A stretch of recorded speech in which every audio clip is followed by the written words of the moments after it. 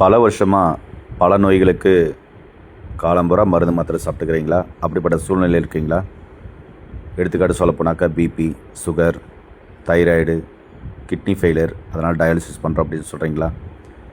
இல்லை கிட்ட பார்வை, தூர பார்வை, கண்ணில் குளுக்கோமா இருக்குது, கேட்ராக்ட் வளர்ந்துருக்கு, ரெட்டினோபதி இருக்குது, மாலைக்கண் இருக்குது, இதுக்கெல்லாம் தொடர்ந்து சிகிச்சை எடுத்துகிட்டு சரியாகலன்னே ஃபீல் பண்ணிட்டு இருக்கீங்களா? எங்கே போனால் சிறப்பான சிகிச்சை கொடுப்பான்னு தேடிட்டு இருக்கீங்களா? உங்களுக்கான பதிவு தாங்க இது. இங்கே இருக்கிற ஏஞ்சல் கிளினிக்கில் படித்த பட்டதாரி மருத்துவ மூலமாக சித்தர்கள் சொன்னபடி 4448 வியாதிக்கும் சிறப்பான சிகிச்சைகள் கொடுக்குறாங்க.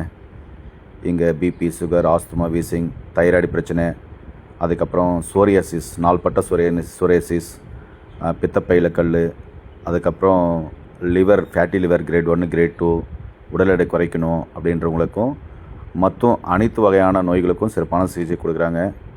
ஆண்மை குறைபாடு, குழந்தையின்மை குறைபாடு அனைத்துக்கும் சிறப்பான சிகிச்சை கொடுக்குறாங்க. இங்கே இருக்கிற மருந்துகள் எல்லாம் சித்த ஆயுர்வேதா முறைப்படி தயாரிக்கப்பட்ட மருந்துகள் மற்றும் பாரம்பரிய வைத்தியர்கள் டாக்டர் இணைந்து தயாரிக்கப்பட்ட மருந்துகள். இங்கே இருக்கிற இவ்வளோ கூட்டம் எப்படி வந்துச்சு தெரியுங்களா?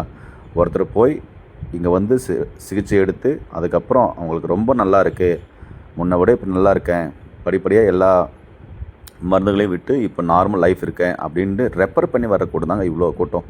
இங்கே கொடுக்குற சிகிச்சை எல்லாம் படித்த பட்டதாரி மருத்துவம்லாம் சிறப்பான சிகிச்சைகள் கொடுக்குறாங்க. அதனால் நான் என்ன சொல்கிறேன்னா, நாள்பட்ட நோய்க்கு தொடர்ந்து மருந்து மாத்திரைகளோடு ட்ராவல் பண்ணுற உங்களுக்கு இந்த இடம் ஒரு வரப்பிரசாதமான இடமா இருக்குங்க. இவ்வளோ கூட்டமும் பார்த்தீங்கன்னா ரெஃபர் பண்ணி வர கூட்டம் தான். அதனால் நான் உங்களுக்கு என்ன சொல்கிறேன்னா, ஒரு நம்பர் கொடுக்குறேன், அந்த நம்பருக்கு கான்டாக்ட் பண்ணிட்டு ஒரு டைம் வந்து விசிட் பண்ணி பாருங்கள். இங்கே கொடுக்குற சிறப்பான சிகிச்சைகளை எடுத்துகிட்டு ஆரோக்கியமாக இருங்க. இந்த இடத்துக்கு நோய் நொடியோடு வாங்க, ஆரோக்கியமாக போங்க அப்படின்ற வார்த்தை கண்டிப்பாக பொருந்துங்க. அதனால் நாள்பட்ட நோய்க்கு